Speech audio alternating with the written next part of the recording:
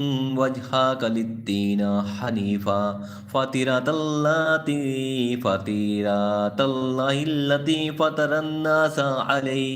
لا تبديل لخلق الله ذلك الدين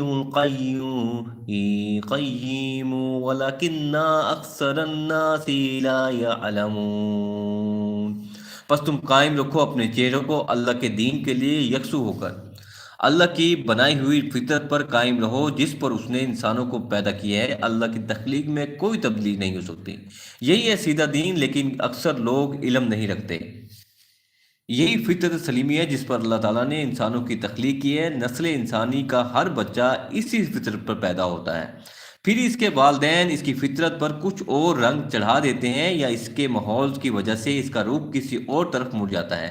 جیسا کہ نبی اکرم صلی اللہ علیہ وآلہ وسلم کا فرمان ہے، ہر بچہ فطرت اسلام پر پیدا ہوتا ہے، پھر اس کے والدین اسے یہودی، نصرانی یا مجوسی بنا دیتے ہیں۔ اللہ کی تخلیق میں کوئی تبدیلی نہیں ہو سکتی، یعنی اللہ کی بنائی ہوئی ساخت کو کوئی تبدیل نہیں کر سکتا، یعنی مترجمین نے اس کا ترجمہ یوں بھی کیا ہے